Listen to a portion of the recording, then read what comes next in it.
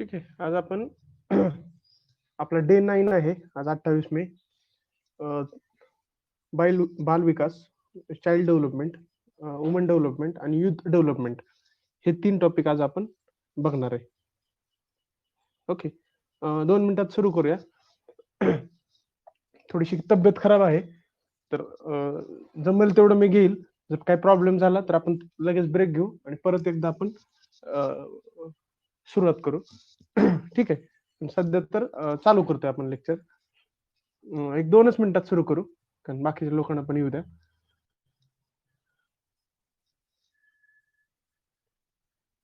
ठीक आहे. जस्ट 1-2 मिनिटात सुरू करूया.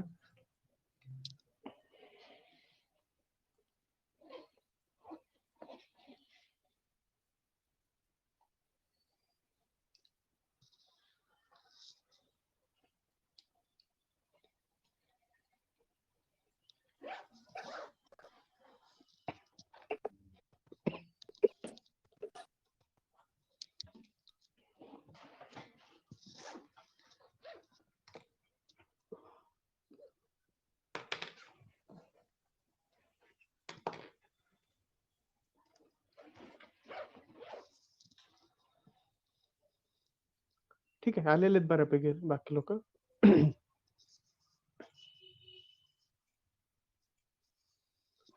ठीक आहे. चाइल्ड डेव्हलपमेंट किंवा बाल विकास 2.2 आहे. त्याच्यामध्ये जर बघितलं तर 4 ते 5 क्वेश्चन आलेले दिसतात आपल्याला. आतापर्यंत जो पोर्शन घेतला ना पूर्ण HRDचा, त्यानंतर इंटरनॅशनल ऑर्गनायझेशन, त्याच्यानंतर UDHR आणि आपला जो कंझ्युमर प्रोटेक्शन ऍक्ट आहे, तर हा पूर्ण area out of out mark देऊ शकतो. तर थोडासा हा एरिया व्यवस्थित करणं गरजेचं आहे. आणि हा जो पुढचा आता आपण पासून पुढे एरिया घेणार आहे तो पण चांगले मार्क देऊ शकतो, पण तुलनेनं जो मागचा एरिया आहे तो खूप जास्त मार्क देणार आहे. तर त्याला थोडस व्यवस्थित फोकस करणं अपेक्षित आहे. ठीक आहे. कुणाला काही डाऊट वगैरे असेल तर आपण एकदा लेक्चर झाल्यानंतर ते डाऊट पण घेऊया. चाइल्ड डेव्हलपमेंट वरती मिनिमम 3 आणि मॅक्झिमम 10 पण क्वेश्चन आलेले आपल्याला आढळतात. तर थोडस हा पण टॉपिक महत्वाचा आहे. ठीक आहे. 2 मिनिट थांबूया अजून, कारण माहित नाही डेली 9 वाजता येणं अपेक्षित आहे तुम्ही सगळ्यांनी. तुम्ही लोक येतात पण काय लोक येत नाहीत, तर थोडस येत राहा. एखाद दिवशी मी अचानक 9 वाजता सगळं चालू करेल. तुमचं नुकसान होऊ नये म्हणून मी थोडस थांबतोय. ठीक आहे. काय लोकांचे मला फोन आले, ते बोलले की तुमच्या रेकॉर्डिंग व्हायरल होत आहेत, बाहेर जात आहेत. तर मी त्या गोष्टीबद्दल एवढा केअर करत नाही, पहिली गोष्ट. आणि असे फुकटवाले लोक कधी पास होत नसतात, हे पण चांगलं लक्षात असू द्या. त्यामुळे ज्यांच्यापर्यंत ह्या रेकॉर्डिंग जातात, त्यांनी दुसऱ्याला जो फसवतो त्याच्यासोबत तो कधीच आयुष्यात सक्सेसफुल होत नाही. हे मी बऱ्याच लोकांच्या बाबतीत हे बघितलेलं आहे. आणि मी त्यामुळे त्या लोकांना माझ्या शुभेच्छा खूप खूप. ठीक आहे. मला काही फरक पडत नाही. मी काही कमर्शियल लेवलला किंवा मी काही एखादा क्लासवाला नाही की मला त्या गोष्टीने मोठा फरक पडेल. ठीक आहे. एक फक्त ही ऍक्टिव्हिटी सुरू करण्यामागचा पर्पज हाच होता की माझ्याकडे जे नॉलेज आहे ते फक्त माझ्यापुरतं मर्यादित न राहता ते बाकी लोकांपर्यंत पण पोहोचावं ज्यांना ते मिळत नाहीये. आणि दुसरा महत्वाचा उद्देश हा होता की दुसऱ्याला गोष्टी सांगितल्यानंतर आपलं स्वतःच रिव्हिजन चांगलं होतं. आपलं नॉलेज अजून खूप चांगलं पक्क होऊन जातं. तर हा पर्पज होता. त्याच्यामुळे कुठलाही कुणाला पैसे कमवणं खूप सारे किंवा त्याचा कमर्शियल पर्पज असं काही नव्हतं. ठीक आहे. त्यामुळे त्या लोकांनी फुकटमध्ये मिळते, जर त्यांना आनंदात राहायचं असेल तर आनंदात राहू द्या. आणि तुम्ही पे केलंय म्हणून तुम्ही कधी वाटलं तुम्हाला काही डाऊट आहे तर तुम्ही मला पर्सनली आत्ताही विचारू शकता किंवा लेक्चर नंतरही विचारताय. तर ते अपॉर्च्युनिटी त्यांना नाही मिळणार. आणि असे लोक फक्त फ्रीमध्ये कुठं मिळतं हे आयुष्यभर फ्री मधल्या गोष्टी शोधत बसतात आणि त्यांचं आयुष्य कधी संपून जातं हे त्यांना समजत नाही. It's okay. त्या बाबतीत आपण जास्त नाही बोलायला पाहिजे. आपण आजचा टॉपिक सुरुवात करूया. 9:05 आपण सुरू करू आणि तेवढा टाइम झालेला आहे. 2.2 चाइल्ड डेव्हलपमेंट. पहिला पॉइंट आहे बघा, समस्या व प्रश्न, अर्भक मृत्यू, कुपोषण. नोट्स पण ओपन करून ठेवा. समस्या व प्रश्न, तर त्याच्यामध्ये काय काय येतं बघा. अर्भक मृत्यू येतं, कुपोषण येतं, बालकामगार येतं आणि मुलांचे शिक्षण. तर या या गोष्टींच्या बाबतीत त्यांच्या काही समस्या किंवा काही प्रश्न आहेत, तर ते तुम्हाला माहीत असणं अपेक्षित आहे. या पॉइंटवरती ॲज सच डायरेक्ट क्वेश्चन येत नाही, तर जनरल क्वेश्चन आलेले आपल्याला दिसतात. दुसरा बघा, शासकीय धोरण. तर बालकांसाठी कधी-कधी शासकीय धोरणं आलेले आहेत. ते शासकीय धोरणं परीक्षेला आलेले आपल्याला आढळतात. त्यानंतर बघा, कल्याणकारी योजना आणि कार्यक्रम. तर ह्या योजना आणि कार्यक्रम आपल्याला माहीत असणं अपेक्षित आहे. त्यानंतर बघा, बालविकास आणि आंतरराष्ट्रीय संस्थांची भूमिका. तर त्याच्याशी रिलेटेड कुठली एखादी इंटरनॅशनल ऑर्गनायझेशन आहे का, ज्या आपण काल बघितल्या, त्याच्यातलीच एखादी असेल तर ती काय करते, तिचे प्रोग्राम्स काय आहेत, ते पण माहीत असणं अपेक्षित आहे. त्यानंतर बघा, स्वयंसेवी संघटना. परत एकदा, प्रत्येक ठिकाणी मधले आपल्याला एनजीओ माहीत असणं अपेक्षित आहे. पण एनजीओचा अभ्यास जास्त करत न बसता, ज्या आयोगाने विचारलेला त्याचंच थोडंसं इन्फॉर्मेशन काढणं आणि आपल्या न्यूजपेपरमध्ये किंवा इझिली जर कुठं गोष्ट वाचण्यात आली, तर इट्स ओके. अदरवाईज एनजीओचा ॲज सच अभ्यास करत बसण्यात काही अर्थ नाही. कारण खूप सारे एनजीओज आहेत. त्याला लिमिटेशन नाहीये तुमच्या अभ्यासाला. ठीक आहे. अशासकीय संस्था, ठीक आहे, नॉन गव्हर्नमेंट इन्स्टिट्यूशन्स. तर त्या कुठल्या-कुठल्या आहेत, ज्या महत्त्वाच्या आहेत त्या आपण बघूया. त्यानंतर सामुदायिक साधनं. त्यानंतर बघा, child labour prohibition and regulation act. तर ह्या ॲक्टवरती परत-परत क्वेश्चन आलेला आपल्याला आढळतो. ठीक आहे. त्यानंतर बघा, protection of children from sexual offences act. तर हा पॉस्को नावाचा जो ॲक्ट आहे, तो आपण बघतो प्रिलिम्सलाही आलेला आहे आणि आपल्या मेन्समध्ये ॲज इट इज मेन्शन आहे. त्यानंतर ICDS, integrated child development services. तर हे ICDS पण आपल्याला इन डिटेल बघायचं. तर ओव्हरऑल असा आपला हा बालविकास आहे. आज आपण बालविकास, महिला विकास आणि युवकांचा विकास हे 3 टॉपिक बघणार आहे. ठीक आहे. इनिशियली ज्यावेळेस मी हा प्रोग्राम लॉन्च केला होता, त्यावेळेस माझा पर्पज हा होता, की आपण डेली टाइम टेबल देणं आणि ते प्रिपरेशन तुमच्या लेवलला तुम्ही कराल आणि एंडिंगला टॉपर लोक पेपर डिस्कस करतील. ॲज सच माझा याच्यामध्ये रोल मी खूप कमी ठेवणार होतो. पण पहिल्या दिवशी मी लेक्चर घेतल्यानंतर ते खूप चांगलं लेक्चर झालं, असं मला रिप्लाय आला लोकांचा. त्यामुळे मग ही लेक्चर सीरीज मी कंटिन्यूअस ठेवली. अदरवाईज इनिशियली माझा पर्पज हा डेली टाइम टेबल देणं किंवा बाकीच्या ठिकाणी जरी बघितलं तुम्ही, तर तसाच प्रोग्राम रन होतो, की डेली टार्गेट देणं आणि एंडिंगला ते टॉपरचे पेपर डिस्कशन वगैरे किंवा मग ते टेस्ट सिरीज वगैरे घेतात काहीतरी. तर आपण मग माझाही तसंच इनिशियली पर्पज होता. पण परत मग तुमचा रिस्पॉन्स वगैरे बघून मग मी इन डिटेल गोष्टी एक्सप्लेन करायला सुरुवात केली. ठीक आहे. आपण सुरुवात करूया टॉपिकला. 2006 मध्ये ministry of women and child डेव्हलपमेंटची स्थापना झाली. ठीक आहे. तर लक्षात असू द्या 2006 मध्ये. त्यानंतर बालकामगार प्रतिबंध व नियमन अधिनियम आहे 1986 चा. तर याची शिफारस, हा कायदा कधीचा आहे, फॅक्ट लक्षात असू द्या. बालकामगार प्रतिबंध व नियमन अधिनियम 1986. तो आहे तो 1986 चा आहे आणि त्याची शिफारस केली होती ती गुरुपाद स्वामी समिती हिने ती शिफारस केलेली आपल्याला आढळते. त्यानंतर पुढे जाऊ. बालमजुरी प्रतिबंध आणि नियम अधिनियम 2016 हा आपल्या सिलेबस मध्ये मेन्शन आहे. तर काय, child labour prohibition and regulation act 2016. तर परीक्षेच्या दृष्टीनं ज्या गोष्टी विचारल्या जाऊ शकतात ते मी नोट्स मध्ये मेन्शन केलेत. 14 वर्षाखालील बालकांना सर्व क्षेत्रामध्ये बंदी.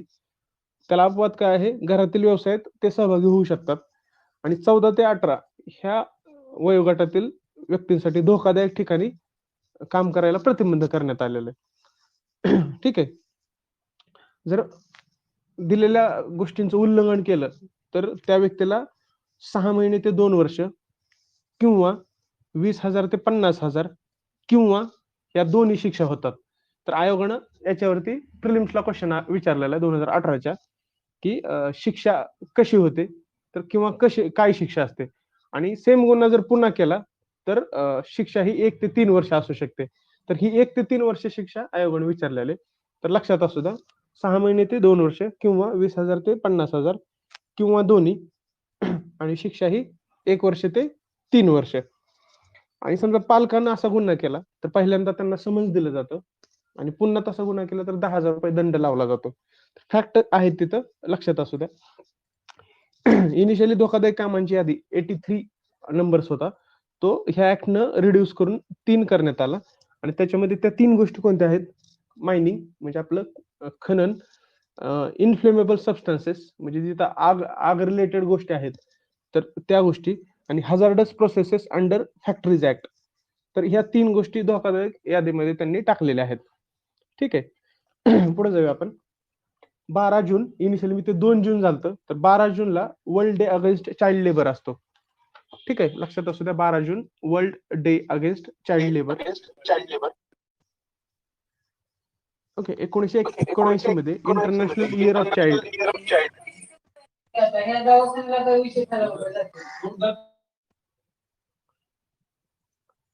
ठीक आहे.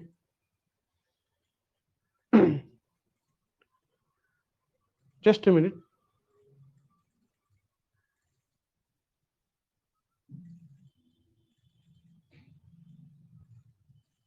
ठीक आहे, 12 जून लक्षात असू द्या. ओके, 12 जून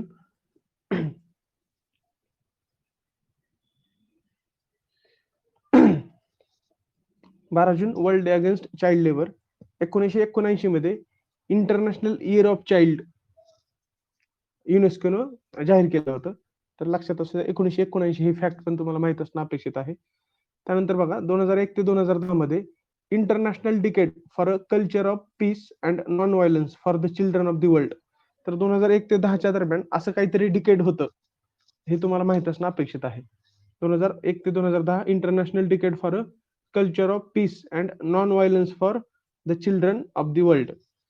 आणि 1979 ला आपण international year of child UNESCO द्वारा सांगितलेलं आपल्याला आढळतं. त्यानंतर juvenile justice act, national children act होता 1966चा, तो रद्द करून आणि 1985च्या बीजिंग रूलला अनुसरून 1986 मध्ये आपण ज्युव्हेनाइल जस्टिस ऍक्ट घेऊन आलो. 1992 मध्ये UNCRC भारतानं स्वीकारलं, united nation convention of the right of child, हे भारतानं 1992 ला स्वीकारलं आणि त्याला अनुसरून आपण जे ऍक्ट 2000 घेऊन आलो, ज्याचा अंमल आपण 2001 ला आपण केलेला आढळतो. ह्या ज्युव्हेनाइल जस्टिस ऍक्ट वरती क्वेश्चन आलेला आहे आणि याच्यामध्ये 2006 मध्ये आणि 2011 मध्ये सुधारणा करण्यात आल्या आणि 2006 ला बाल न्याय मंडळाची स्थापना झालेली आपल्याला आढळते. ठीक आहे.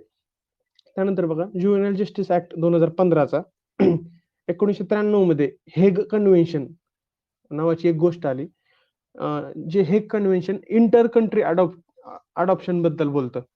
ठीक आहे, जे काय मुलांना दत्तक वगैरे घेतलं जातं, तर इंटर कंट्री अडॉप्शन त्याच्या बाबतीत हे हेग कन्व्हेन्शन बोलतं. ह्या जे ऍक्ट 2015 ला चा अंमल आपण 15 जानेवारी 2016 पासून केलेला आपल्याला आढळतो आणि 16 ते 18 वर्षाची मुलांसाठी ह्या ज्युव्हेनाइल जस्टिस ऍक्ट 2015 मध्ये एक वेगळे नियम असलेले आपल्याला आढळतात. त्यानंतर बघा, 16+ साठी जर एखादा खटला असेल, तर तो खटला प्रौढ व्यक्तीप्रमाणे चालेल असं ज्युव्हेनाइल जस्टिस ऍक्ट 2015 मध्ये म्हटलेलं आहे आणि त्याला शिक्षा ही 7 वर्ष प्लस होऊ शकते, पण त्या मुलाला फाशीची शिक्षा होणार नाही, असं ज्युव्हेनाइल जस्टिस ऍक्ट 2015 ला म्हटलंय. याच्या अंतर्गतच ज्युव्हेनाइल जस्टिस बोर्ड जिल्हा स्तरावरती स्थापन केलं जातं आणि बाल कल्याण समितीची स्थापनेची तरतूद सुद्धा ज्युव्हेनाइल जस्टिस ऍक्ट 2015 मध्ये आहे. जस्ट असं काहीतरी आहे हे तुम्हाला माहित असावं, परत परत त्या नोट्स वाचायच्या आणि जर लक्षात राहिलं तर ओके, अदरवाईज ते परीक्षेला बरोबर म्हणून घेऊन जायचं, असं तिथं जास्त काय ते तुम्हाला त्रास देत नाही तिथं तो. ठीक आहे. त्यानंतर पुढे जाऊया आपण. बाल न्याय मंडळ, तिथं जर एखाद्या शिक्षा झाली तर त्याच्या विरोधात तुम्ही अपील करू शकता बाल न्यायालयामध्ये आणि त्याच्या विरोधात अपील तुम्ही हायकोर्टमध्ये करू शकता, अशी तरतूद आहे ज्युव्हेनाइल जस्टिस ऍक्ट 2015 मध्ये. त्यानंतर बालकांच्या निवाऱ्याची तरतूद आहे. अनाथ मुले, सापडलेली मुले, आत्मसमर्थन केलेली मुले ह्यांना दत्तक घेण्याबाबतच्या तरतुदी सुद्धा ज्युव्हेनाइल जस्टिस ऍक्ट 2015 मध्ये असलेल्या आपल्याला आढळतात. राज्य सरकार ज्युव्हेनाइल जस्टिस फंडची तरतूद करेल असंही ज्युव्हेनाइल जस्टिस ऍक्ट 2015 मध्ये म्हटलेलं आहे आणि ज्युव्हेनाइल जस्टिस ऍक्ट 2015 नुसार ज्युव्हेनाइल जस्टिस ऍक्ट 2000 रद्द करण्यात आला. तर ज्युव्हेनाइल जस्टिस ऍक्ट 2015चा तुम्हाला माहित असणं अपेक्षित आहे, पण ऍज सच तो सिलेबसमध्ये मेन्शन आहे का, तर ऍज सच तो सिलेबसमध्ये मेन्शन नाहीये. तर जस्ट तो माहित असावा, पण जे सिलेबसमध्ये 2-3 ऍक्ट आहेत, child labour prohibition and regulation act किंवा protection of children from sexual offences act, हे 2 ऍक्ट तुम्हाला परफेक्ट माहित असावे. पण जे ऍक्ट काहीतरी सांगतं बाबा मुलांबद्दल आणि त्यातली एक रफ आयडिया जरी असेल तरी ओके आहे. त्यानंतर बघा, इंटरनॅशनल लेबर ऑर्गनायझेशन नुसार बालकांची डेफिनेशन ही 0 ते 18 असलेली आपल्याला आढळते. आता पुढे बघू, POCSO act 2012, protection of children from sexual offences act 2012, हा सिलेबसचा पॉईंट आहे. ठीक आहे, तर इन डिटेल हा माहित असणं अपेक्षित आहे. ह्याचा अंमल 14 नोव्हेंबर 2012 ला चालू झाला. परत अंमल कधी सुरू झाला, आयोग चुकीची डेट देत नाही, तर त्याला बरोबर म्हणून घेऊन जायचं. जर लक्षात राहिले तर वेल अँड गुड. याच्यामध्ये फास्ट ट्रॅक कोर्टची तरतूद आहे आणि त्या कोर्टानं 1 वर्षाच्या आत निकाल देणं अपेक्षित आहे. पॉक्सो ऍक्ट वरती देखरेख करण्यासाठी national commission for protection of child right आणि state commission for protection child right यांच्यावरती जबाबदारी दिली की तुम्ही त्याच्या अंतर्गत ज्या काही शिक्षा होतात किंवा त्याच्या अंतर्गत ज्या तरतुदी आहेत त्याची देखरेख ह्या तुम्ही दोन्ही इन्स्टिट्यूटनी करावी. पॉक्सो ऍक्ट 2012 नुसार बालकाची डेफिनेशन ही परत एकदा 0 ते 18 असलेले आपल्याला आढळते. ह्या पॉक्सो ऍक्ट मध्ये 2019 ला काही सुधारणा झाल्या. ह्या सुधारणा आपल्या परीक्षेच्या दृष्टीने महत्वाच्या. पहिली सुधारणा, 12 वर्ष खालील मुलीवर जर बलात्कार झाला तर याच्यामध्ये मॅक्झिमम फाशीची शिक्षा असलेला आपल्याला आढळते.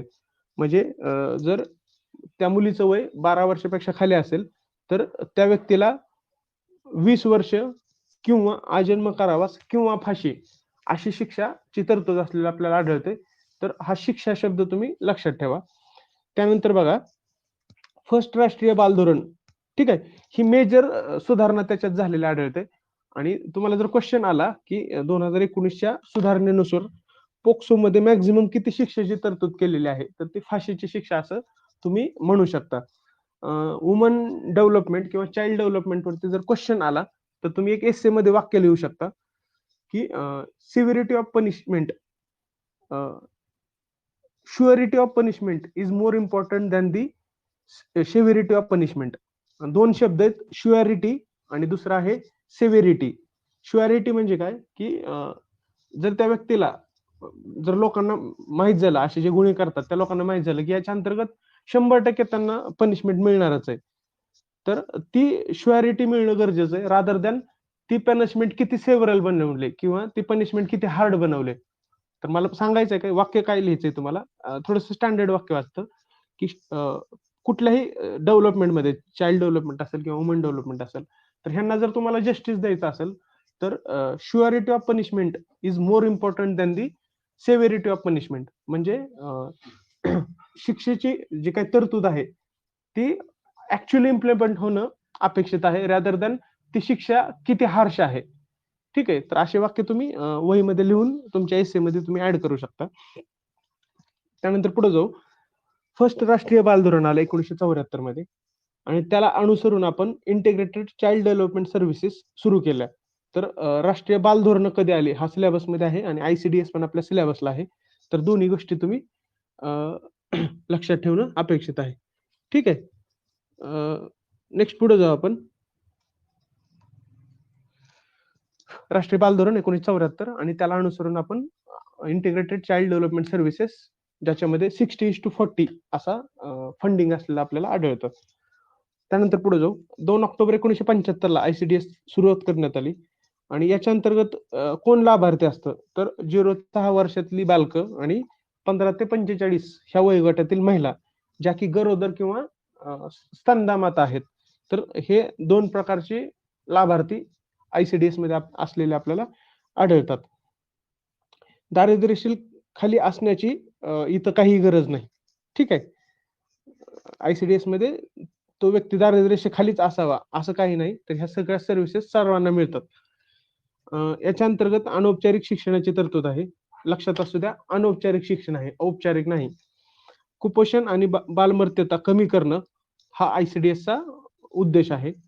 त्यानंतर बघा, आशाची नेमणूक आणि अंगणवाडी कार्यकर्ता यांची नेमणूक याची तरतूद सुद्धा ICDS मध्ये असलेले आपल्याला आढळते. ठीक आहे, तर आशा नेमणूक किंवा अंगणवाडी कार्यकर्ता काय करतात बघा, आरोग्य तपासणी, लसीकरण, पूरक आहार. तर आता कोरोना ड्युटीवरती पण हे लोक असलेले आपल्याला आढळतात. त्याच्यानंतर ह्या ICDS मध्ये टोटल 6 सेवा येतात, तर त्या कुठल्या कुठल्या येतात तुम्ही एकदा बघून घ्या. त्याच्यानंतर बघा, ह्या ICDS चा अंमल राज्य सरकार करतं त्याच्यानंतर युनिसेफच्या माध्यमातून ह्याला वस्तू पुरवठा केलेला आपल्याला आढळतो आणि वर्ल्ड बँक सुद्धा ह्याला सहाय्य करते. आणि या ICDS ची एक प्रशासकीय संरचना असते. तर प्रशासकीय संरचना म्हणजे काय? जे लोक प्रशासनामध्ये आहेत, फॉर एक्झाम्पल आपण सगळे लोक सिलेक्ट होऊन प्रशासनात जाणार आहे आणि आणि काही लोक एक्सपर्ट असतात, तर ते ते एक्सपर्ट लोक प्रशासकीय संरचनेमध्ये येत नाहीत, कारण ते त्या त्या फील्ड मधले एक्सपर्ट असल्यामुळं त्यांना ऍडमिनिस्ट्रेटिव्ह वर्क देण्यात काही मजा नाही, कारण ते ऍडमिनिस्ट्रेटिव्ह वर्क मध्ये ते इन्व्हॉल्व्ह होत नाही. तर प्रशासकीय संरचनेमध्ये काय येतं बघा, जिल्हा स्तरावरती डेप्युटी सीईओ असतात. आपल्याला माहिती आहे जिल्हा परिषद झाले एक डेप्युटी सीईओ असतो. तर प्रशासकीय संरचनेमध्ये ICDSच्या जिल्हा स्तरावरती डेप्युटी सीईओ मेन असतात. तालुका स्तरावरती CDPO चाइल्ड डेव्हलपमेंट, एक CDPO नावाची एक पोस्ट आहे बघा, जी MPSC एक्झाम कंडक्ट करते. तर CDPO एक तालुका स्तरावरती असतो. त्यानंतर पर्यवेक्षिका नावाची एक व्यक्ती बीट स्तरावरती असते आणि गाव स्तरावरती अंगणवाडी सेविका असते. ठीक आहे. आणि गाव स्तरावरतीच त्या अंगणवाडी सेविकेला मदत करण्यासाठी अंगणवाडी मदतनीस असते. तर लक्षात असू द्या, प्रशासकीय संरचनेमध्ये डॉक्टर येत नाहीत, कारण डॉक्टर हे एक्सपर्ट असतात आणि त्यांनी, ठीक आहे. तर तुम्ही ते लक्षात असू द्या आणि आयोगानं त्याच्यावरती क्वेश्चन आलेला आपल्याला आढळतो. ठीक आहे.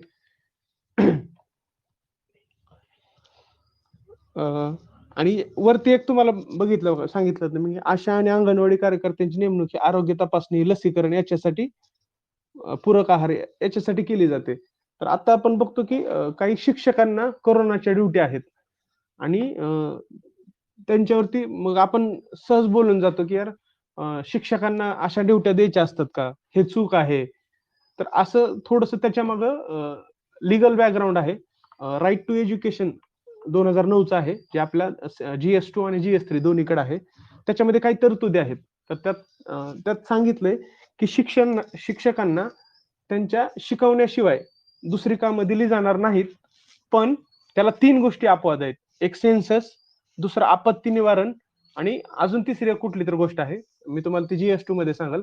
तर ह्या 3 गोष्टी त्याला अपवाद आहेत. त्यामुळे मग आपत्ती निवारणच्या अंतर्गतच मग हे कोरोनाची कामं त्यांच्यावरती दिलेले आपल्याला आढळतात.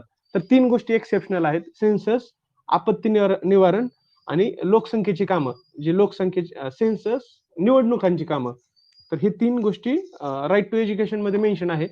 हे GS2 ला तुम्हाला येऊ शकतं की खालीलपैकी शिक्षकांना शिकवण्या व्यतिरिक्त दुसरी कुठलीही कामं देता येणार नाहीत, पण त्याला 3 गोष्टी अपवाद आहेत: सेन्सस म्हणजे आपली लोकसंख्या, दुसरं आपत्ती निवारणाची कामं आणि तिसरं आहे इलेक्शन किंवा निवडणुका.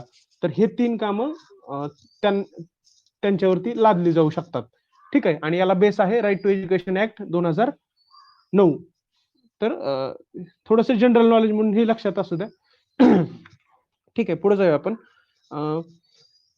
अंगणवाडी 150 ते 400 जिथं लोकसंख्या आहे तिथे मिनी अंगणवाडी असते आणि 401 ते 408 जर एवढी लोकसंख्या असेल तर तिथं एक अंगणवाडी असलेली आपल्याला आढळते. आणि तोच सेम क्रायटेरिया आदिवासी भागामध्ये 150 ते 300 आणि 300 ते 800 असे लोकसंख्या असलेला आपल्याला आढळते. तर ही आकडेवारी थोडीशी माहित असू द्या. परत सांगतो, ICDS राष्ट्रीय बाल धोरण आलं 1974 ला, त्याला अनुसरून आपण 1975 मध्ये ICDS घेऊन आलो. त्याच्यामध्ये लाभार्थी 0 ते 6 बालकं, 15 ते 45 महिला, ते दारिद्र्य रेषेखालील असण्याची गरज नाही. अनौपचारिक शिक्षण पण येतं. कुपोषण आणि बालमर्त्यता कमी करणं याचा उद्देश आहे. याच्या अंतर्गत आशा आणि अंगणवाडी कार्यकर्त्याची नेमणूक केली जाते. आणि 2017 ला क्वेश्चन आला की आशेची नेमणूक कशानुसार केली जाते, आणि खाली त्यांनी दिलं ICDS, NRHM आणि काय काय ऑप्शन दिले आणि तुम्हाला मग ते उत्तर लिहायचं होतं. तर लक्षात असू द्या, आशाची नेमणूक ही ICDS च्या अंतर्गत केली जाते. या अंतर्गत 6 सेवा येतात. याचा अंमल राज्य सरकार करतं. युनिसेफच्या माध्यमातून वस्तू पुरवठा केला जातो. वर्ल्ड बँकचं सुद्धा याला सहाय्य असलेलं आपल्याला आढळतं. आणि प्रशासकीय संरचनेमध्ये कोण कोण येतं? जिल्हा स्तरावरती डेप्युटी सीईओ, तालुका स्तरावरती CDPO, बीट स्तरावरती पर्यवेक्षिका, गाव स्तरावरती अंगणवाडी सेविका आणि अंगणवाडी मदतनीस. फक्त लक्षात असू द्या की प्रशासकीय संरचनेमध्ये डॉक्टर येत नाहीत. जर लोकसंख्या 150 ते 400 असेल तर तिथं मिनी अंगणवाडी असते. लोकसंख्या 401 ते 800 असेल तर एक अंगणवाडी असलेली आपल्याला आढळते. आणि सेम क्रायटेरिया आदिवासी भागामध्ये 150 ते 300 किंवा 300 ते 800 असा आपल्याला असलेला आढळतो. म्हणजे 150 ते 300 मध्ये मिनी अंगणवाडी आणि 300 ते 800 ही अंगणवाडी असते. त्यानंतर राष्ट्रीय बाल सनद आली 9 फेब्रुवारी 2004 ला. तर राष्ट्रीय बाल सनद 2004 ची आहे, लक्षात असू द्या. त्यानंतर एनसीपीसीआर, तर एनसीपीसीआर ते परत परत क्वेश्चन आलाय. National commission for protection of child right act आहे 2005, स्थापना आहे मार्च 2007 ला. याच्यामध्ये 1+6 असं स्ट्रक्चर असतं आणि त्या 6 मधल्या 2 महिला असणं अपेक्षित आहे. याच्या पहिल्या अध्यक्ष शांता सिन्हा होत्या आणि सध्या आहेत त्या प्रियंका कानुंगो आहेत. तर कोण होत्या पहिल्या, आयोग एका स्टेटमेंटमध्ये देऊ शकतो आणि ते दिलेलं वाक्य बरोबर म्हणून घेऊन जायचं. जर तुम्ही लक्षात राहिलं तर वेल अँड गुड, अदरवाईज ते ओके म्हणून पुढे जायचं. सध्या आहेत प्रियंका कानुंगो. महाराष्ट्रामध्ये state commission for protection of child right जुलै 2007 ला स्थापन झालं. तर ही जुलै 2007 लक्षात ठेवा, कारण ते एक क्वेश्चन फॅक्ट विचारतात की बाबा याची तरतूद महाराष्ट्रात कधी केली, तर जुलै 2007. आणि अशी तरतूद करणारं महाराष्ट्र हे पहिलं राज्य होतं. ठीक आहे. राईट टू एज्युकेशन ऍक्ट 2009चा अंमल आणि देखरेख करण्याचं काम देखील state commission for protection of child right करतं, आपण बघितलं होतं. त्यानंतर बघा इंटिग्रेटेड चाइल्ड प्रोटेक्शन स्कीम 2009-10 नुसार जे ऍक्टचा अंमल करण्यासाठी ICPS ची सुरुवात झाली आणि याचं नाव बदल initially child protection services scheme होतं. हे 4 तत्वांवरती अवलंबून होतं. एक प्रतिबंध, दुसरं संरक्षण, तिसरं जाणीव आणि चौथं संशोधन. त्यानंतर पुढे बघा काही योजना आहेत आणि ह्या योजनेच्या अनुषंगाने क्वेश्चन येतात. बेटू बचाव बेटू पढाव योजना 2015 मध्ये निवडक जिल्ह्यामध्ये सुरू झालं आणि 2018 8 मार्च 2018 लक्षात असू द्या, 8 मार्च रोजी महिला दिवस असतो. तर त्या दिवशी संपूर्ण भारतामध्ये बेटी बचाव बेटी पढाव योजना सुरू झालेली आपल्याला आढळते.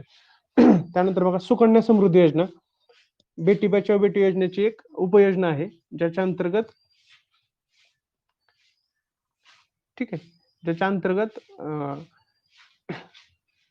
9.1% व्याजदर मिळतं. तर ही सुकन्या समृद्धी योजना ही बेटी बचाव बेटी पढावचा एक सब स्कीम आहे आणि 2017-18च्या प्रिलिम्सला सेम क्वेश्चन आलेला आपल्याला आढळतो. ठीक आहे. त्यानंतर ही सुकन्या योजना काय आहे, तिलाच महाराष्ट्रामध्ये क्रांती ज्योती सावित्रीबाई सुकन्या योजना असं देखील म्हटलं जातं. 1 जानेवारी 2014 पासून सुरू झाली आणि BPL कुटुंबात जे जन्मलेल्या मुलीच्या नावे 21,200 रुपये टाकले जातात आणि तिलाच 2015 मध्ये आपण भाग्यश्री योजना असं तिचं नाव झालेलं आढळतं. ह्या सगळ्या योजना तुम्ही परत एकदा देशले पार्ट 2 मधून वाचणं अपेक्षित आहे. मला जे परीक्षेच्या दृष्टीने महत्वाचं वाटतं ते मी इथं दिलंय. त्यानंतर माझी कन्या भाग्यश्री सुधारित योजना 1 ऑगस्ट 2017 आणि याच्या अंतर्गत BPL प्लस APL हे दोन्ही घटक समावेश आहेत. त्यानंतर किशोरी शक्ती योजना 2000 ची आहे आणि किशोरी म्हणजे कोण, ज्यांचं वय 11 ते 18 आहे अशी लोक किशोरी योजनेमध्ये येतात. त्यानंतर 2002-2003 मध्ये न्यूट्रिशनल प्रोग्राम फॉर ॲडोलेसंट गर्ल असा प्रोग्राम सुरू झाला आणि वरच्या दोन्ही योजना मर्ज करून 2010 ला सबला नावाची योजना आलेली आपल्याला आढळते. ठीक आहे. सबला योजना म्हणजेच काय, राजीव गांधींचं नाव ह्या सबला योजनेला दिलेलं आपल्याला आढळतं. 19 नोव्हेंबर 2010 रोजी सबला योजना सुरू झाली. तर कुणाला सांगता येईल 19 नोव्हेंबर काय असते? 19 नोव्हेंबरला काय असते सांगता येईल कोणाला? हॅलो, आवाज येतोय?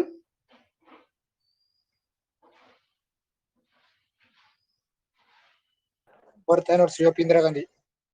ठीक आहे, ठीक आहे, इंदिरा गांधींची बर्थ अॅनिव्हर्सरी असते. ठीक आहे, लक्षात असू द्या. 19 नोव्हेंबर 2010 ला सबला योजना सुरू झाली. लाभार्थी परत 11 ते 18 आणि WHO च्या डेफिनेशन नुसार सबलाची डेफिनेशन ही 10 ते 19 आहे आणि आपल्या इंडियन गव्हर्नमेंटनं ह्या स्कीमच्या अंतर्गत ती 11 ते 18 केलेली आपल्याला आढळते. तर ह्या 2 फॅक्ट माहित असू द्या. ठीक आहे. पोषण आहार केंद्र 50% कंट्रीब्युट करतं आणि पोषण आहारामध्ये केंद्र सरकार 50% कंट्रीब्युट करतं आणि इतर घटकामध्ये केंद्र सरकार 100% कंट्रीब्युट करतं ह्या सबला योजनेमध्ये. आणि सबला योजनेचं अंमलबजावणी अंगणवाडी करतं आपल्याला माहित आहे. पुढे जाऊ, चाइल्ड सेवा. तर टाटा इन्स्टिट्यूट ऑफ सोशल सायन्सेसच्या एक प्राध्यापिका आहेत जेरू बिलिमोरिया यांनी चाइल्ड सेवा सुरू केली आणि तो नंबर किती आहे 1098. तर तो पाठीमागून जर तुम्ही वाचला तर तो 8, 9, 10 असलेला आपल्याला आढळतो. तर लक्षात असू द्या, चाइल्डलाईन सेवा 1098 आणि पाठीमागून वाचला तर तो 8, 9, 10 आहे असं आपल्याला आढळतं. नेक्स्ट, महाराष्ट्र राज्य बालिका दिवस 3 जानेवारी रोजी असतो. राष्ट्रीय बालिका दिन 24 जानेवारी. जागतिक बालिका दिवस 11 ऑक्टोबर. ठीक आहे. जागतिक बाल दिवस 20 नोव्हेंबर. तर ह्या गोष्टी जस्ट डोळ्याखालनं घाला, पाठ असण्याची अपेक्षित नाही. जर एखादा क्वेश्चन आलाच, खूप खूप क्वचित आलेला आहे क्वेश्चन याच्यावरती. ठीक आहे. जागतिक बाल दिवस, खूप कमी गोष्टी पाठ करा, पण मॅक्झिमम ते थोडस ज्या केलेत त्या परत परत वाचत राहा. जागतिक बाल दिवस 20 नोव्हेंबर. 20 नोव्हेंबर 1989 रोजी जिनेव्हाच्या घोषणेवरती आधारित international convention on right of children स्वीकारलं गेलं. 1989 ला आपण international convention on right of children स्वीकारलं होतं, हे आपल्याला माहित आहे. त्याला अनुसरून मग 20 नोव्हेंबर हा जागतिक बाल दिवस आपण राबवतो. त्यानंतर पुढे बघा, नॅशनल चाइल्ड लेबर पॉलिसी आहे 1987 ची. क्वेश्चन आलेला आहे जोड्या लावायला. इकडे वर्ष दिलेत आणि इकडे पॉलिसी, आणि ते तुम्हाला जोड्या लावायचे. नॅशनल चाइल्ड पॉलिसी 1987 आणि राष्ट्रीय बालक धोरण आहे ते 2013 आहे. आणि ह्या बाल धोरणाच्या अंतर्गत बालक म्हणजे कोण, ज्याचं वय 18 वर्षापेक्षा कमी आहे. तर असे टोटल 2 धोरणं आपण बघितले. पहिलं धोरण होतं ते 1974चं आणि दुसरं धोरण आहे ते 2013चं. तर ही बालकांसाठीची दोन्ही धोरणं तुम्ही त्याचं इयर लक्षात असू द्या आणि त्याच्या अंतर्गत काही महत्वाच्या तरतुदी असतील तर त्या तरतुदी पण तुम्हाला माहित असाव्या. त्यानंतर काही फॅक्ट आहे बघा. पहिलं बाल न्यायालय नाशिकला आलं. अनैतिक वाहतूक प्रतिबंध कायदा 1956 आणि बालविवाह प्रतिबंध कायदा हे 2006 चे काही महत्वाचे कायदे आहेत. ठीक आहे. तर हे कायदे पण तुम्हाला माहित असणं अपेक्षित आहे. ठीक आहे. तर ओव्हरऑल असा आपला हा चाइल्ड डेव्हलपमेंट इथं संपतो. टॉपिक सोपे आहेत, हे तुमच्या लेवलला पण तुम्ही करू शकता. फक्त मी एकदा तुम्हाला सांगितल्यानंतर तुमच्या कानावरून जर गोष्टी गेल्या तर त्या खूप दिवस लक्षात राहतील, म्हणून ते आपण एक्सप्लेन करण्याचा प्रयत्न करतोय. अदरवाईज या टॉपिक वरती 3-4 क्वेश्चन येत राहतात जे इथून पुढे आपण करणार आहेत. तर ते टॉपिक मी जेवढं दिलंय तेवढं करा आणि कोळंबे किंवा खाटेकर सरांचं पुस्तक आणि सोबत देसले पार्ट 2 या 3 पुस्तकातून महत्वाच्या गोष्टी स्कॅन करा. ऍटलिस्ट खाटेकर सर आणि देसले पार्ट 2 हे 2 पुस्तकं मस्ट आहेत. जर कोण खाटेकर नसेल वाचत तर मग तुम्ही कोळंबे सरांचं पुस्तक पण त्याला ऑप्शन म्हणून वापरू शकता. फक्त मी जेवढं सांगितलंय त्याच्यासोबत ते 2 पुस्तकं वाचणं आवश्यक आहे. त्यानंतर महिला विकास येतं. ठीक आहे. Just a minute.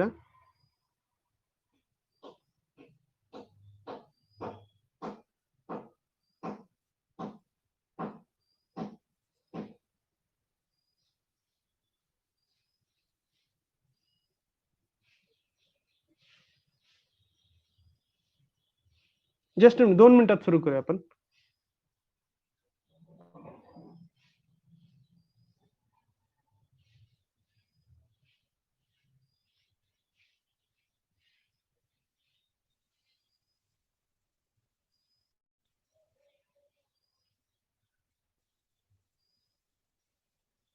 ठीक आहे. पुढे जाऊ आपण. महिला विकास, महिला विषयक समस्या व प्रश्न. त्याच्यामध्ये काय कुठल्या त्यांच्या समस्या किंवा प्रश्न आहेत त्या बघू. स्त्री पुरुष असमानता, महिला विरोधी हिंसाचार, लिंग प्रमाण, स्त्री अर्भक हत्या, स्त्री भ्रूण हत्या. तर ह्या त्यांच्या समस्या आहेत. ह्या आणि महिला विकासवरती परत एकदम वुमन एम्पॉवरमेंट वरती एससी पण यायचे चान्सेस असतात.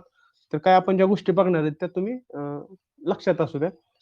त्यानंतर बघा, महिला विकासासाठी शासकीय धोरण, योजना आणि कार्यक्रम, महिला विकास आणि महिला सक्षमीकरण, आंतरराष्ट्रीय संघटनांची कार्य, एनजीओ आणि सामुदायिक साधने आणि आशा, असा सिलेबस मेन्शन आहे. काही गोष्टी तुम्हाला मी इथं कंटेंट देतोय.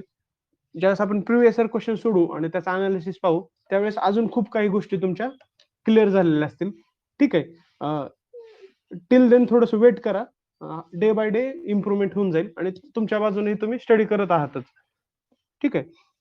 जागतिक महिला परिषदा झाल्या महत्वाच्या 4. 1975 ला मेक्सिकोला झाली, 1980 ला कोपेनहेगन, 1985 ला नैरोबी आणि 1995 ला बीजिंग. तर ह्या 5च्या 5 ज्या 4 झालेल्या योजना आहेत महिला परिषद आहेत त्या तुम्ही पाठ करणं अपेक्षित आहे. 75 मेक्सिको, 80 कोपेनहेगन आणि 1985 नैरोबी, 1995 बीजिंग. तर हे असं लक्षात ठेवू शकता, ही महिला आहेत ना, जागतिक महिला परिषद. महिलांनाच आपण मराठीमध्ये एक दुसरा शब्द बाई असा आपण वापरतो ना. तर लक्षात ठेवा, मकनाबाई, म म्हणजे मेक्सिको, क म्हणजे कोपेनहेगन, न म्हणजे नैरोबी आणि बाई म्हणजे बीजिंग. तर अशा 4 परिषदा जागतिक महिला परिषद झालेल्या आपल्याला आढळतात. ठीक आहे. 1975 मेक्सिको, 80 कोपेनहेगन, 85 नैरोबी आणि 95 बीजिंग. जर जी 85 ची जी नैरोबीला झाली, तिथं बर्थ ऑफ ग्लोबल फेमिनिझम झालेला आपल्याला आढळतो. तर फेमिनिझम म्हणजे काय असतं? तर फेमिनिझम म्हणजे तर मराठीत काय शब्द मला सांगता येणार नाही. म्हणजे इक्वली ट्रीट करणं महिलांना. ठीक आहे. आपण शब्द ऐकतो बघा, की अरे तू खूप फेमिनिस्टिक आहे किंवा तू फेमिनिस्टिक नाही, असं काहीतरी ऐकतो आपण. त्रिवाद सर. काय मराठीत शब्द काय? त्रिवाद. ओके, ते काय मराठीत आहे ते. तर हा बर्थ ऑफ ग्लोबल फेमिनिझम किंवा स्त्रीवाद काय म्हणतात, तर त्याचा बर्थ पहिल्यांदा, ठीक आहे, स्त्रीवादी. हा, तर त्याचा उगम हा 1985च्या नैरोबी परिषदेमध्ये झालेला आपल्याला आढळतो. ठीक आहे. त्याच्यामध्ये 2 गोष्टीवरती अजून बोललं गेलं. पहिली गोष्ट वुमन एम्पॉवरमेंट आणि दुसरं होते ती व्हायलन्स अगेन्स्ट वुमन, याच्यावरती प्रतिबंध करायचं. पहिली गोष्ट वुमन एम्पॉवरमेंट करायची आणि जो महिलांवरती अत्याचार होतोय, व्हायलन्स होतोय, त्याच्यावरती प्रतिबंध घालणं हे पण अपेक्षित होतं. त्यानंतर 1995 ची बीजिंग, तिथं असं म्हटलं गेलं, स्त्री अधिकार हे मानवी अधिकारामध्ये येतं. म्हणजे स्त्री अधिकार हे मानवी अधिकार आहेत. तर 4 परिषदा त्या ओळीनं कशा झाल्या त्या लक्षात ठेवा. आणि तिसऱ्या आणि चौथ्यामध्ये ज्या काही महत्वाच्या तरतुदी होत्या त्या पण आयोगानं परत विचारलेल्या आहेत. तर मकनाबाई, मेक्सिको, कोपेनहेगन, नैरोबी आणि बीजिंग 75, 80, 85 आणि 95. जी 85 ची नैरोबीला झाली, त्याच्यामध्ये बर्थ ऑफ ग्लोबल फेमिनिझम झाला आणि त्याच्यामध्ये वुमन एम्पॉवरमेंट आणि व्हायलन्स अगेन्स्ट वुमन याच्यावरती प्रतिबंध करणं या विषयावरती बोललं गेलं. आणि बीजिंगला जे झाली त्याच्यामध्ये असं म्हटलं की स्त्री अधिकार हे मानवी अधिकार आहेत. आणि 2016ला आयोगानं हा क्वेश्चन विचारला की स्त्री अधिकार हे मानवी अधिकार आहेत, हे खालीलपैकी कुठल्या जागतिक महिला परिषदेमध्ये सांगितलं गेलं, आणि त्याचं उत्तर होतं बीजिंग परिषद. 4 परिषदा आणि त्यातल्या महत्वाच्या तरतुद्या माहित असाव्या. पुढे जाऊ. आंतरराष्ट्रीय महिला दिन 8 मार्चला असतो. 8 मार्च 1908 मध्ये न्यूयॉर्क मध्ये एक घटना घडली आणि त्याला न्यूयॉर्क घटना म्हणतात. आणि 1975 पासून त्याला अनुसरून आपण 8 मार्च हा आपला आंतरराष्ट्रीय महिला दिन म्हणून साजरा करतो. त्यानंतर पुढे जाऊ. 1976 ते 85 हे आंतरराष्ट्रीय महिला दशक म्हणून आपण राबवलेलं आपल्याला आढळतं. त्यानंतर आंतरराष्ट्रीय महिला वर्ष 1975 आहे. 1976 मध्ये voluntary fund for the United nation decade for woman असं राबवलं होतं. आणि हा कार्यक्रम युनायटेड नेशन वुमन यांनी राबवला होता. तर मला आता सांगा, युनायटेड नेशन वुमन ह्याची स्थापना युनायटेड नेशनच्या कुठल्या सेक्रेटरी जनरलच्या कार्यकाळात झालेली होती? काल आपण बघितलंय. तर मला सांगा, युनायटेड नेशन वुमन ह्याची स्थापना बान की मून 2010. बान की मूनच्या काळामध्ये 2010ला झालेलं आपल्याला आढळते. तर लक्षात असू द्या, बान की मून, कोफी अन्नान, बान की मून आणि टेड्रॉस हे आता जे कोण आहेत ते गुटर्स. तर हे 3 लोक तुम्हाला माहित असावे. त्यातल्या त्यात बान की मून 2007 ते 16 असे काहीतरी राहिलेले आहेत. तर त्यांचा कार्यकाळ मोठा होता आणि त्यांच्या काळामध्ये बऱ्याच गोष्टी झालेल्या आहेत. तर काही येत नसेल तर बान की मून लिहून यायला काही हरकत नाही, कारण तो व्यक्ती 2007 ते 16 ह्या कार्यकाळातल्या गोष्टी विचारू शकतो, किंवा 16 ते जो काय आत्ताचा कार्यकाळ आहे गुटर्स त्यांच्या काळातल्या गोष्टी विचारू शकतो. त्यामुळे तुम्हाला काहीच येत नसेल तर बान की मून लिहायला काही हरकत नाही, कारण त्याचा लेटेस्ट कार्यकाळ आहे आणि तो 2007 ते 16 आहे. आणि आयोग क्वेश्चन 2007च्या अगोदरच्या घटनेवरती विचारणं एवढं अपेक्षित नाही, कारण जर त्यांनाही वेबसाईटवरती काही गोष्टी गावल्या किंवा सापडल्या तर त्या गोष्टी 2007 ते 2016च्या दरम्यान घडलेल्या सापडतील. त्यामुळे जर त्यांनी एखादा क्वेश्चन विचारला तर तुम्ही माहित नसेल तर बान की मून उत्तर लिहायला पाहिजे, आणि जर माहित असेल तर मग वेल अँड गुड आहे. पण हा एक नॅक लक्षात असू द्या की बान की मूनच्या काळामध्ये मेजर काय गोष्टी घडल्या, त्यातलं युनायटेड नेशन वुमन आहे. त्यानंतर मागच्या वर्षी आयोगाने 2019 ला क्वेश्चन विचारला, ग्लोबल हेल्थ टास्क फोर्स कुणाच्या काळामध्ये आला होता. ऑप्शन्स कोफी अन्नान पण होता आणि बान की मून पण होतं. पण परत एकदा ती घटना लेटेस्ट घडलेली असू शकते, युनायटेड नेशनच्या वेबसाईटवरती असू शकते, म्हणून कुठंतरी त्या व्यक्तीला रेफरन्स सापडला. तर मग आपण उत्तर हे बान की मून लिहिणं अपेक्षित होतं. ठीक आहे. अशा गोष्टी पाठ करत बसायच्या नाहीत, थोडंसं एक लॉजिक डेव्हलप करायचं आणि क्वेश्चनला तुम्ही डील करणं अपेक्षित आहे. ठीक आहे. पुढे जाऊ. परिषदा बघितल्या 4. त्यानंतर आंतरराष्ट्रीय महिला दिन 8 मार्च 1975 पासून साजरा. दशक आहे 76 ते 85. आंतरराष्ट्रीय महिला वर्ष आहे 1974 आणि 1976 ला voluntary fund for the United nation decade for woman असं युनायटेड नेशन वुमननं राबवलेलं आपल्याला आढळतं. त्यानंतर पुढे जाऊ. राष्ट्रीय महिला आयोग आहे. GS2 मध्ये पण ऍज इट इज मेन्शन आहे हा, आणि आपल्याला GS3 मध्ये पण क्वेश्चन येऊ शकतो, किंवा GS2 ला तर सिलेबस मध्ये मेन्शनच आहे. राष्ट्रीय महिला आयोग 1990 चा ऍक्ट आहे आणि 31 जानेवारी 1992 ला त्याची स्थापना झाली. 1+5 सदस्य असतात. पहिल्या अध्यक्ष जयंती पटनायक आणि सध्या आहेत त्या रेखा शर्मा, आणि त्या अध्यक्षाचा कार्यकाळ हा 3 वर्ष असतो. एवढ्या फॅक्ट तुम्हाला याच्यामध्ये माहित असणं अपेक्षित आहे. राष्ट्रीय महिला आयोगाची कार्य काय असतात, तर ती कार्य तुम्हाला लक्ष्मीकांत पॉलिटीमध्ये मिळून जातील. ठीक आहे, किंवा ते GS2 मध्ये इन डिटेल करणं अपेक्षित आहे. त्यानंतर महाराष्ट्र राज्य महिला आयोग 1993, आणि असा आयोग स्थापन करणारं महाराष्ट्र राज्य हे पहिलं राज्य होतं. साध नावाचं एक मराठी मासिक ते काढतं, आणि ठिणगी नावाचं मराठी प्लस इंग्लिश मधलं मासिक हे महाराष्ट्र राज्य महिला आयोग प्रसिद्ध करतं. सुहिता नावाचं हेल्पलाईन पण आहे त्यांची. आणि त्यानंतर महाराष्ट्रामध्ये महिला धोरणं 3 आलेले आपल्याला आढळतात, 1994, 2001 आणि 2014. तर लक्षात असू द्या, महाराष्ट्रामध्ये आलेली महिला धोरणं 1994, 2001 आणि 2014. महिला उद्योजकता धोरण आहे 2017चं. ठीक आहे. परत परत गोष्टी वाचत राहा, त्या गोष्टी तुमच्या लक्षात राहतील. प्रज्वला योजना एक आली, ज्याचा उद्देश महिलांना सेल्फ हेल्प ग्रुप स्थापन करून महिलांमध्ये आर्थिक सक्षमीकरण करणं. तर तुम्हाला विचारू शकतात की बाबा प्रज्वला योजना काय आहे, तर महिलांमध्ये सेल्फ हेल्प ग्रुपची स्थापना करून त्यांचं आर्थिक सक्षमीकरण करण्यासाठी प्रज्वला योजना कार्यान्वित आहे. त्यानंतर बघा, मातृत्व लाभ कायदा 1961, मॅटर्निटी बेनिफिट ऍक्ट 1961, मातृत्व लाभ सुधारणा कायदा 2017, त्याच्या पुढचा कायदा हा लेटेस्ट आहे 2017चा कायदा. तर ह्याच्यावरती क्वेश्चन येऊ शकतो. ह्याचा अंमल 1 एप्रिल 2017 पासून सुरू झाला. याच्या अंतर्गत मातृत्व रजा पहिल्या 2 जिवंत जन्मांसाठी मातृत्व रजा मिळते, जी इनिशियली 12 वीक होते आणि सुधारणा करून ती आता 26 वीक केलेली आपल्याला आढळते. ठीक आहे. जर 2 पेक्षा जास्त बालक असतील तर 12 वीकची मातृत्व रजा किंवा मॅटर्निटी रिलीफ तुम्हाला मिळू शकते. जर तुम्ही 3 वर्षापेक्षा कमी वयाचं बालक दत्तक घेतलं तर परत एकदा 12 महिन्यांची तुम्हाला मातृत्व रजा मिळू शकते. आणि जर 50 पेक्षा जास्त कामगार एखाद्या ठिकाणी असेल तर तिथं पाळणा घराची तरतूद करावी, आणि अशा पाळणा घरमध्ये चाइल्ड क्रेचे म्हणतो, तर त्याला त्या आईनं 4 वेळा तिला डेली ती भेट देऊ शकते. तर UPSC प्रिलिम्स 2019, त्यानंतर UPSC प्रिलिम्सला हे 4 वेळा म्हटलं, 4च्या जागी UPSC ने तिथं 6 म्हटलं होतं. तर तुम्हाला त्या फॅक्ट कुठल्या महत्वाच्या आहेत हे माहित असणं अपेक्षित आहे.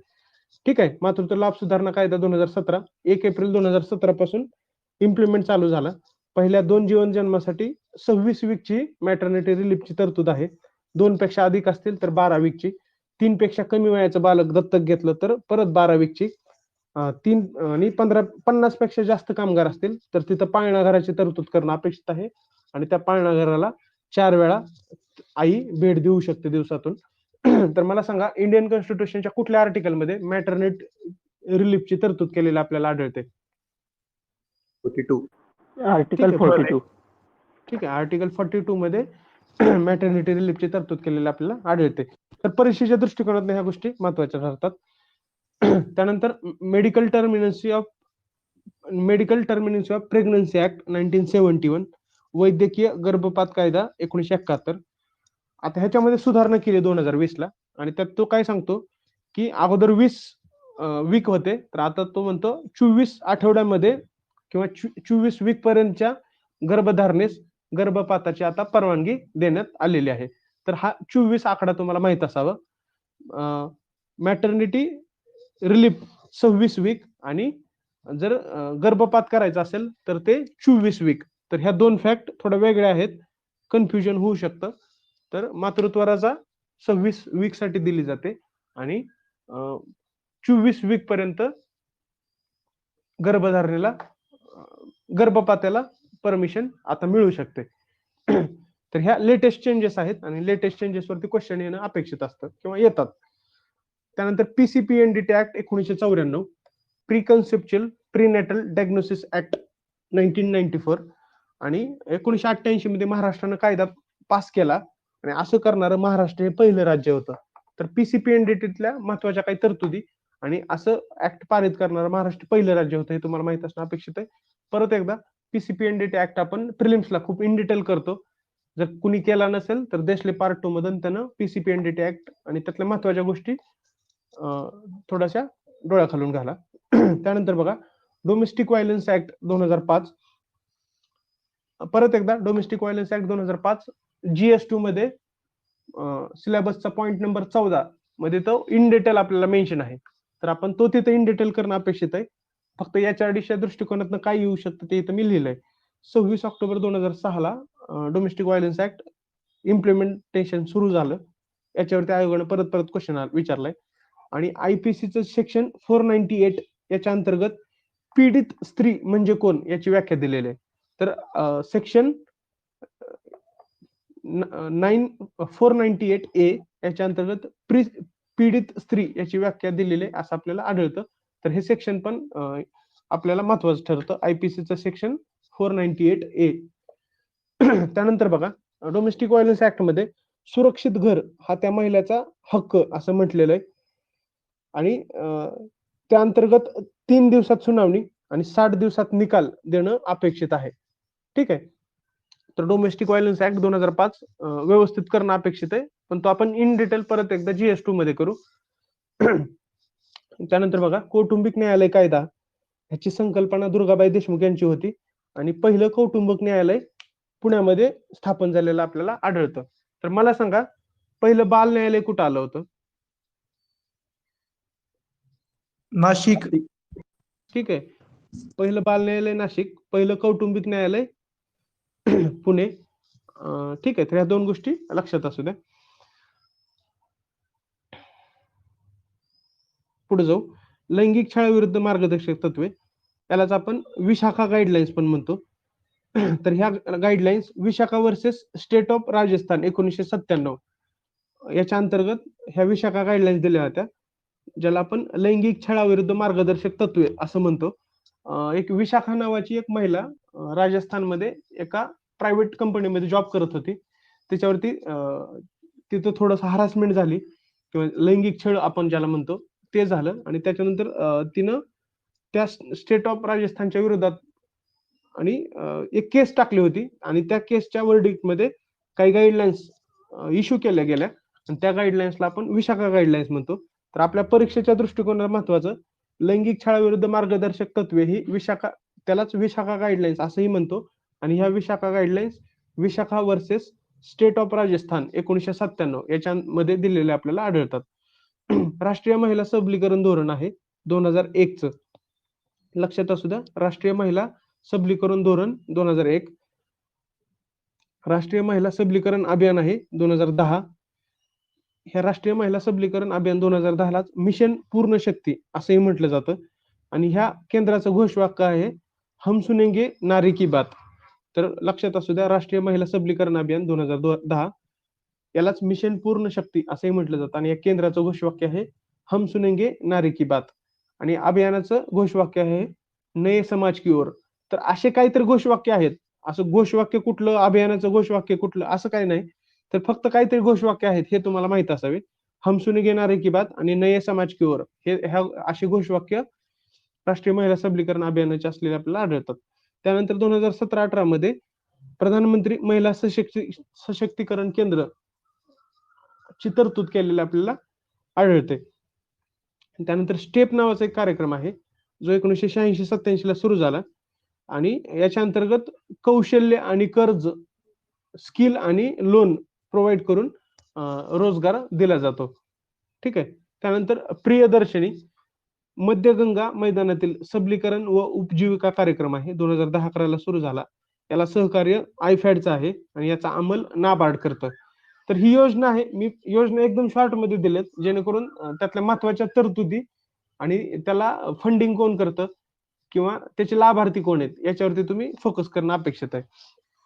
त्यानंतर पुन्हा मी एक चार्ट काढलाय बघा, स्वाधारगृह, वन स्टॉप सेंटर आणि उज्ज्वला. तर या योजना चार्ट का काढलाय, तर आयोग परत परत क्वेश्चन विचारतो आणि परत परत आपण कन्फ्युज होतो. तर ह्या 3 योजना आपल्याला पाठ करायच्यात. स्वाधारगृह 2001-2 ला सुरू झाले.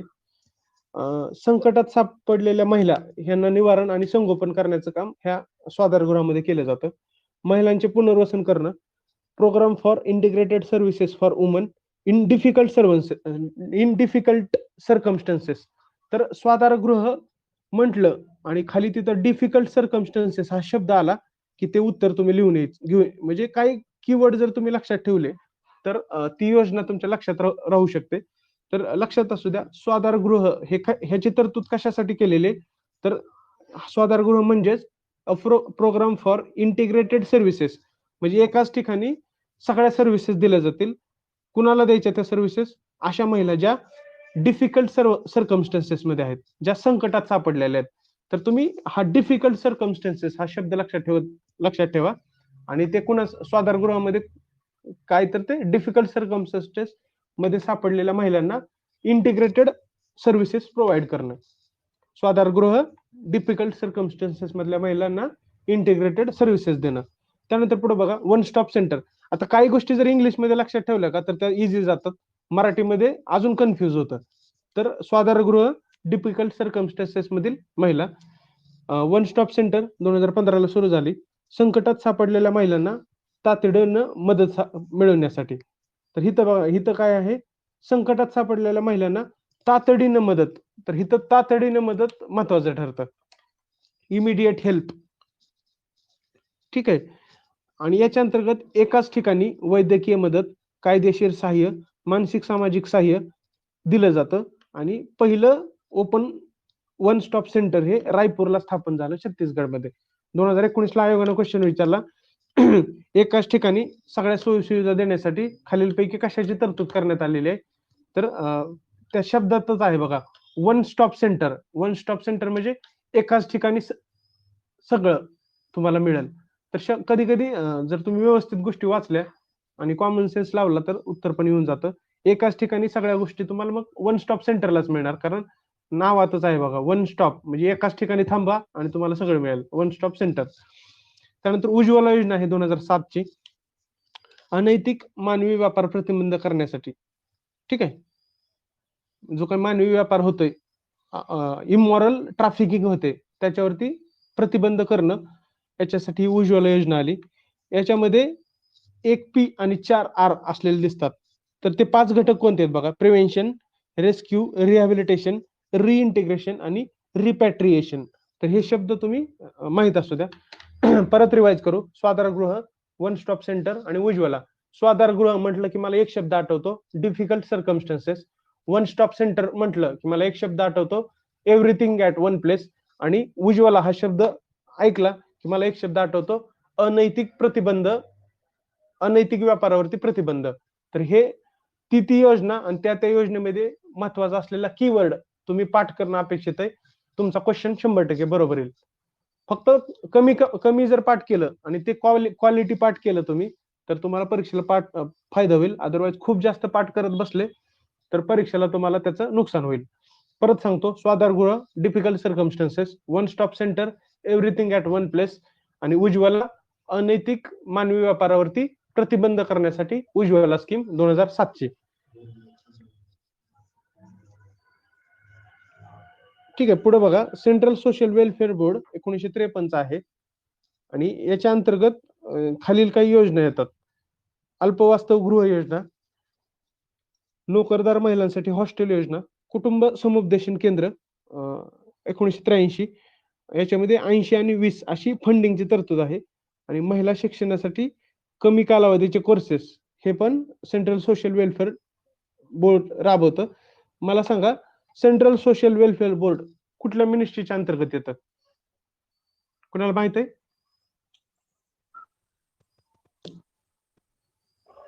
कुठल्या यायला पाहिजे? समाज कल्याण. नक्की का? नक्की. एकदा चेक करा.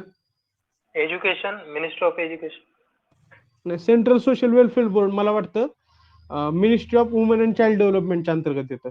एकदा चेक करा. मी पण कन्फ्यूज आहे, किंवा खूप दिवसापूर्वी मी वाचलं होतं की सेंट्रल सोशल वेलफेअर बोर्ड हा ministry of women and child डेव्हलपमेंटच्या अंतर्गत येतं.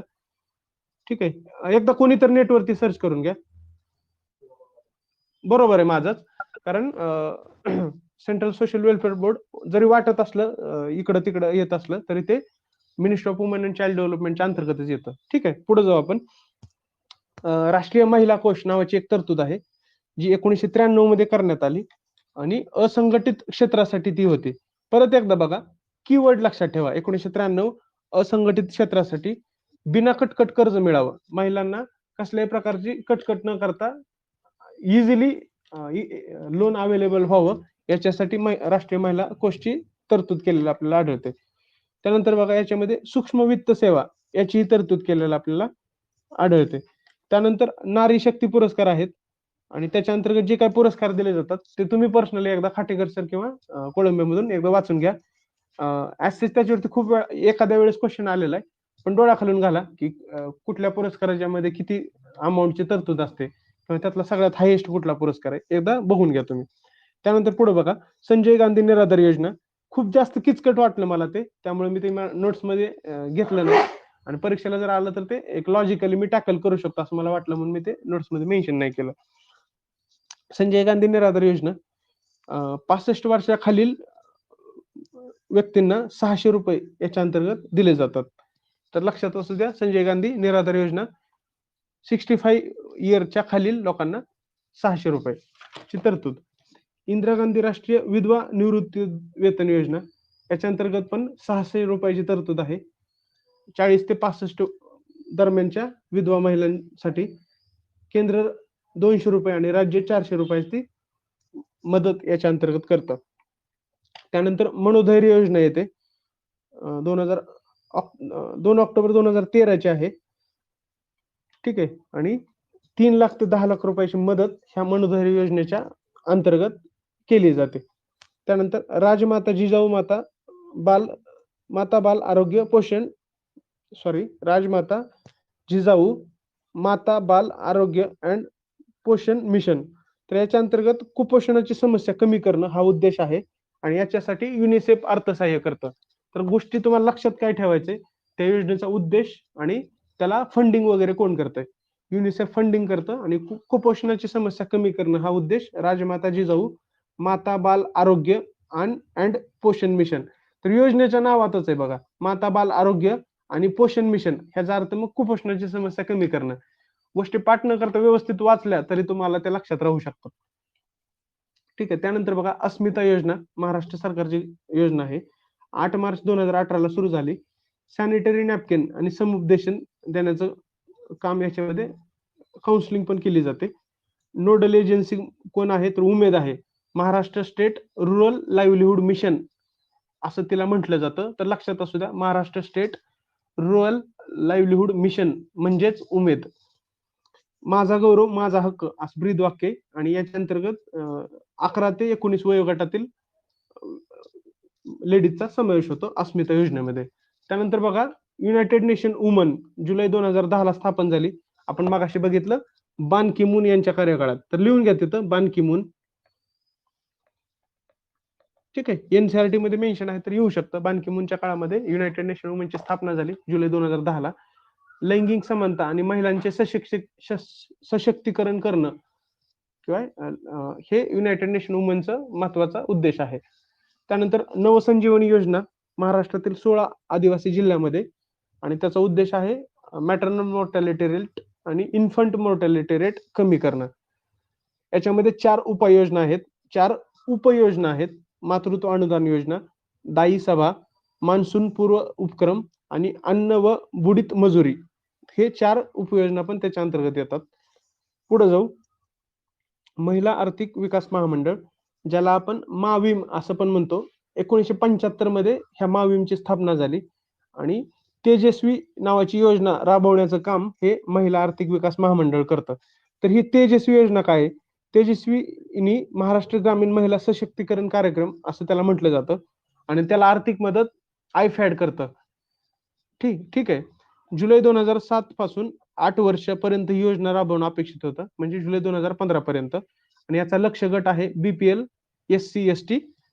ठीक आहे. त्यानंतर प्रधानमंत्री महिला शक्ती केंद्र योजना 2017-18, यामध्ये 2010 राष्ट्रीय महिला सशक्तीकरण अभियानामध्ये ही विलीन करण्यात आले. जे 2010 चे राष्ट्रीय महिला सशक्तीकरण अभियान होतं ते ह्या वरच्या योजनेमध्ये विलीन केलं. कुठल्या योजनेमध्ये? प्रधानमंत्री महिला शक्ती केंद्र योजनेमध्ये. हे अभियान 3 वर्षासाठी असेल, 2017-18 ते 2019-20. प्रधानमंत्री मातृवंदना योजना 1 जानेवारी 2017 ची आहे, असंघटित क्षेत्रांसाठी.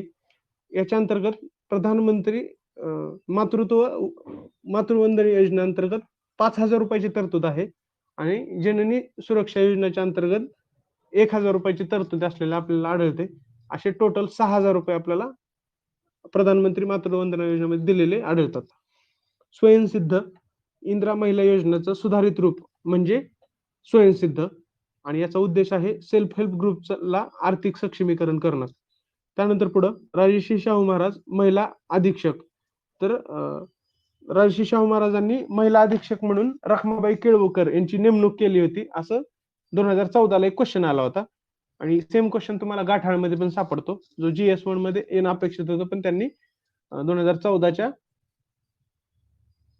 GS3च्या पेपरला विचारलं. तर ओव्हरऑल इथं असं वुमन डेव्हलपमेंट पण आपलं संपतं. छोटे छोटे टॉपिक आहेत हे, याच्यावरती क्वेश्चन पण 3-4 येतात. सगळे महत्वाचे टॉपिक, त्यामुळे मी इनिशियली घेतले, कारण इनिशियली आपली एनर्जी जास्त असते आणि मग एंडिंगला हे टॉपिक घेतले. ठीक आहे.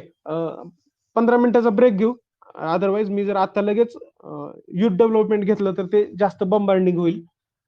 तर ओव्हरऑल एकदा 15 मिनिटाचा ब्रेक घेऊन आपण युथ डेव्हलपमेंट घेऊ.